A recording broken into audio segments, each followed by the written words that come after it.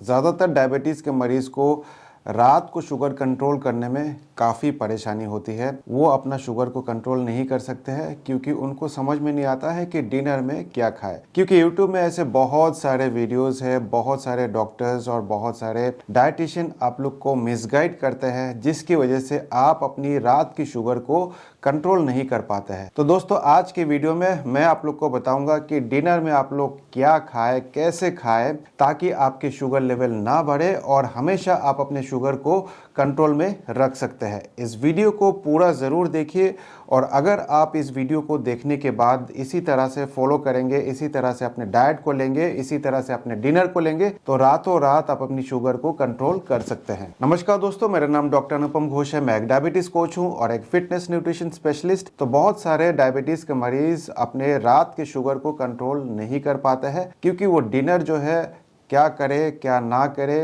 बिल्कुल कंफ्यूज रहते हैं और बहुत सारे YouTube वीडियोस देखते हैं और YouTube वीडियोस देखने के बाद वो उसी तरह से फॉलो करते हैं, जिसकी वजह से वो अपने शुगर को कभी भी कंट्रोल नहीं कर पाते हैं। तो आज के वीडियो में मैं आप लोग को बताऊंगा कि डिनर में क्या खाए, कैसे खाए, और डिनर इस तरह से अगर आप करेंगे तो बहुत जल्दी आप अपने शुगर को आसानी से कंट्रोल कर सकते हैं और अगर आप इसको फॉलो करेंगे तो बहुत जल्दी आप अपने डायबिटीज़ को रिवर्स भी कर सकते हैं। लेकिन इसके पहले अगर आप लोग चैनल में नए हैं तो सबसे पहले चैनल को सब्सक्राइब करके बेल आइकन दबा दें ताकि मेरे हर आने वाली वीडियो की नोटिफिकेशन आप तक पहुंच जाए, और वीडियो को लाइक और शेयर पहले ही कर दीजिए क्योंकि मुझे पता है कि ये वीडियो आप लोग को बहुत पसंद आने वाला है। तो सबसे पहले लाइक और शेयर ज़रूर कर देना। तो रात को क्या खाना है, डिनर में क्या खाना है, उसको जानने के पहले थोड़ा सा आप लोग क्या गलती कर रहे हैं उसके बारे में जान लेते हैं। तो ज़्यादातर लोग ये गलती करते हैं कि वो रात के समय में कॉम्प्लेक्स कार्बोहाइड्रेट खाते हैं, क्योंकि बहुत सारे डाइटिशियन डॉक्टर्स आप लोग को रिकमेंड करते हैं कि कॉम्प्लेक्स कार्बोहाइड्रेट अगर आप खाएंगे तो आपका शुगर लेवल नहीं बढ़ेगा या फिर धीरे धीरे बढ़ेगा। तो दोस्तों, सबसे पहले जान लीजिए कार्बोहाइड्रेट जो है दो टाइप का होता है, एक सिंपल कार्बोहाइड्रेट और एक कॉम्प्लेक्स कार्बोहाइड्रेट। सिंपल कार्बोहाइड्रेट में जैसे कि मैदा हो गया, शुगर हो गया या कोई भी रिफाइंड फ्लोर हो गया, अगर आप उस तरह के चीज़ खाएंगे तो आपकी शुगर लेवल निश्चित रूप से बढ़ेगा। तो इसलिए ज़्यादातर लोग जो है आपको रेकमेंड करते हैं कि आप कॉम्प्लेक्स कार्बोहाइड्रेट खाइए। कॉम्प्लेक्स कार्बोहाइड्रेट में क्या क्या आता है? कॉम्प्लेक्स कार्बोहाइड्रेट में आता है मिलेट्स, जैसे कि रागी, बाजरा, ज्वार और भी तरह तरह के मिलेट्स हो सकते हैं, या फिर दलिया हो सकता है, किनुआ हो सकता है, या शकरकंदी हो सकता है। तो बहुत सारे लोग ये सारे चीज़ खाने लगते हैं और उनको लगता है कि ये सारे चीज़ खाने से उनका शुगर लेवल जो है कंट्रोल में आ जाएगा और वो बहुत आसानी से अपने डायबिटीज़ को भी रिवर्स कर सकते हैं। लेकिन अगर आप कॉम्प्लेक्स कार्बोहाइड्रेट खाएंगे तो भी आपके बॉडी में जाके वो ग्लूकोज में ही कन्वर्ट होता है। बस फ़र्क कितना है, तो सिंपल कार्बोहाइड्रेट जब आप खाते हैं तो ग्लूकोज आपके बॉडी में, आपके ब्लड में जल्दी से चला जाता है, और कॉम्प्लेक्स कार्बोहाइड्रेट जब आप खाते हैं तो आपके बॉडी में थोड़ा धीरे धीरे जाता है। यही फ़र्क है। लेकिन कॉम्प्लेक्स कार्बोहाइड्रेट भी आपके शरीर में जाके वो भी ग्लूकोज में ही कन्वर्ट होता है, जिसकी वजह से ना तो आप रात की शुगर को कंट्रोल कर पाते हैं और जिसकी वजह से ना आप अपने मॉर्निंग शुगर को कंट्रोल कर पाते हैं। तो अगर कॉम्प्लेक्स कार्बोहाइड्रेट ना खाए तो फिर क्या खाए? तो दोस्तों, आपके डाइट में सबसे इम्पॉर्टेंट चीज़ जो है वो है प्रोटीन। अगर रात को अगर आप अपने डाइट में प्रोटीन नहीं रखेंगे तो फिर आप शुगर को कंट्रोल कभी भी नहीं कर सकते।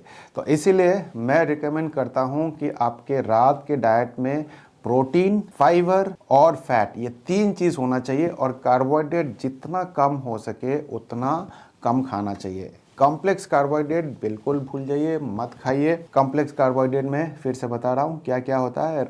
मिलेट्स हो गया, मिलेट्स में जैसे रागी या फिर बाजरा, ज्वार मत खाइए। इसकी रोटी नहीं खाना है। मल्टीग्रेन रोटी अगर आप लोग खा रहे हैं तो ये सब नहीं खाना है, ठीक है।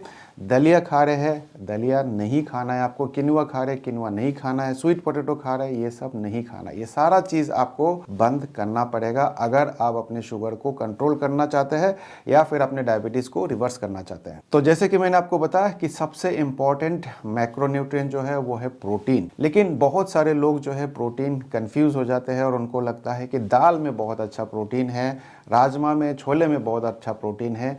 ना तो दाल में प्रोटीन अच्छा है, ना छोले छोले में और ना ही राजमा में। तो दाल, छोले और राजमा ये सारे चीज़ आपको अवॉइड करने पड़ेंगे, क्योंकि दाल प्रोटीन का सोर्स नहीं है। दाल में बहुत मात्रा में कार्बोहाइड्रेट होता है और थोड़ी मात्रा में प्रोटीन होता है। तो दाल, राजमा, छोले ये सारा चीज़ आप लोग प्लीज़ अवॉइड करिए। तो अब आते हैं कि प्रोटीन सोर्स क्या है।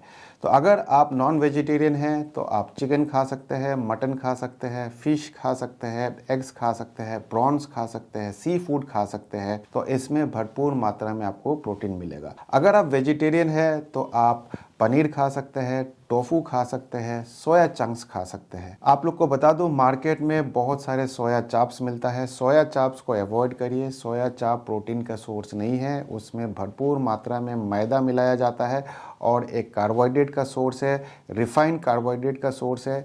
तो सोया चाप जो मार्केट में मिलता है उसको अवॉइड करिए, वो प्रोटीन का सोर्स नहीं है। तो सबसे इम्पॉर्टेंट कंपोनेंट जो है वो है प्रोटीन। अगर आपको अपनी मसल बनानी है तो प्रोटीन की ज़रूरत पड़ेगी। जब तक आप मसल नहीं बनाएंगे, एक्सरसाइज नहीं करेंगे, आपके मसल नहीं बनेंगे। जब तक आपके मसल नहीं बनेंगे तब तक आप अपने बॉडी को इंसुलिन सेंसिटिव नहीं कर सकते हैं, और जब तक आपकी बॉडी इंसुलिन सेंसिटिव नहीं होगा तो आपका डायबिटीज़ भी रिवर्स नहीं होगा, क्योंकि डायबिटीज़ का मतलब ही है इंसुलिन रेजिस्टेंस। खास करके मैं टाइप 2 की बात कर रहा हूँ। मैं हमेशा टाइप 2 डायबिटीज़ की ही बात करता हूँ। इस चैनल में मैं टाइप 1 की बात नहीं करता, क्योंकि टाइप 1 रिवर्सेबल नहीं है। टाइप 2 डायबिटीज़ ही रिवर्स कर सकते हैं, और टाइप 2 मरीजों को इंसुलिन रेजिस्टेंस होता है। तो डायबिटीज़ रिवर्स करना है तो बॉडी को इंसुलिन सेंसिटिव बनाना पड़ेगा। इंसुलिन सेंसिटिव बनाने के लिए मसल बिल्ड करनी पड़ेगी, जिसके लिए आपको एक्सरसाइज करना पड़ेगा, स्ट्रेंथ ट्रेनिंग करना पड़ेगा, और साथ ही साथ प्रोटीन ऑप्टिमम अमाउंट में लेना पड़ेगा। कितना प्रोटीन एक दिन में चाहिए, तो उसके लिए आप डायफिट डाइट को फॉलो करिए। क्या है डायफिट डाइट? डायफिट डाइट में सबसे पहले total daily energy expenditure calculate करते हैं। उसका 26% यानी कि 26% या उसके नीचे आपको कार्बोहाइड्रेट से लेना है। 1.5 से लेकर 2 ग्राम पर केजी बॉडी वेट आपको प्रोटीन से लेना है, और जो रिमेनिंग कैलोरीज है वो आपको हेल्दी फैट से लेना है। टोटल डेली एनर्जी एक्सपेंडिचर कैसे कैलकुलेट करते हैं, 26% ऑफ द कार्बोहाइड्रेट कैसे कैलकुलेट करते हैं, ये सारा चीज़ मैंने ऑलरेडी पुराने वीडियोज़ में बता रखा है। अगर आपने पुराने वीडियोस नहीं देखे हैं तो इस वीडियो को यहीं पे पॉज करिए और पहले पुराने वीडियोस देखिए। डायफिट डाइट का कॉन्सेप्ट को समझिए, टोटल डेली एनर्जी एक्सपेंडिचर कैसे कैलकुलेट उसको समझिए, 26% ऑफ दी कैलोरीज जो कार्बोहाइड्रेट से आना है वो कैसे कैलकुलेट करते हैं वो सीखिए। पुराने वीडियोस जाके देखिए और उसके बाद फिर इस वीडियो को देखिए, तभी आपको समझ में आएगा। प्रोटीन के बाद सबसे इम्पॉर्टेंट चीज़ होता है फाइबर। अगर आप सही मात्रा में फाइबर नहीं खाएंगे तो आपको कंस्टिपेशन हो जाएगा। तो फाइबर आपको बहुत ज़रूरी है, लेकिन फाइबर जो है वो बहुत सारे चीज़ में मिलता है। सबसे इम्पॉर्टेंट चीज़ जो मैं आपको रिकमेंड करता हूँ वो है वेजिटेबल।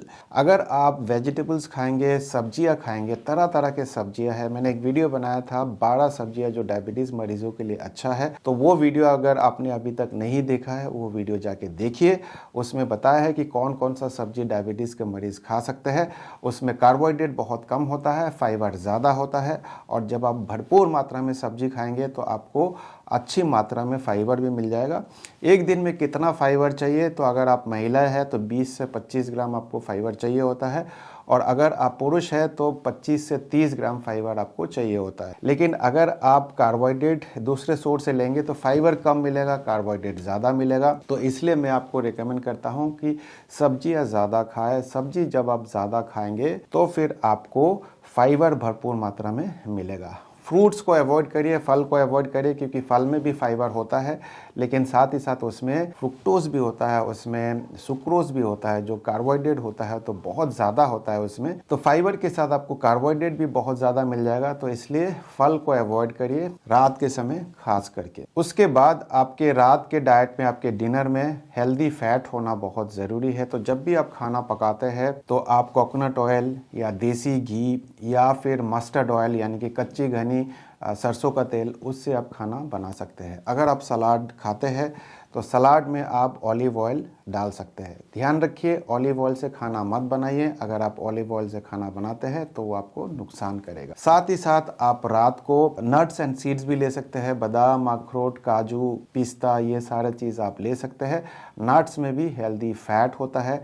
तो जब भी आप हेल्दी फैट, प्रोटीन और फाइबर का मिश्रण करके खाना बनाएंगे, खाना खाएंगे, डायफिट डाइट को फॉलो करेंगे, तो आप देखेंगे कि आपकी रात की शुगर जो है अच्छी तरह से कंट्रोल रहेगा और साथ ही साथ आप अपने डायबिटीज़ को भी रिवर्स कर पाएंगे। तो एक बार फिर से रिपीट कर रहा हूँ, रात के समय में मिलेट्स अवॉइड करिए। मिलेट्स जैसे कि रागी, बाजरा, ज्वार या कोई और तरीके का मिलेट्स, उसको अवॉइड करिए। दलिया को अवॉइड करिए, शकरकंदी को अवॉइड करिए। साथ ही साथ अगर आप किनुआ भी खाते हैं, किनुआ में भी भरपूर मात्रा में कार्बोहाइड्रेट होता है, तो उसको भी अवॉइड करिए। बहुत सारे लोग आपको ये कहेंगे कि इसकी ग्लाइसीमिक इंडेक्स तो कम होता है।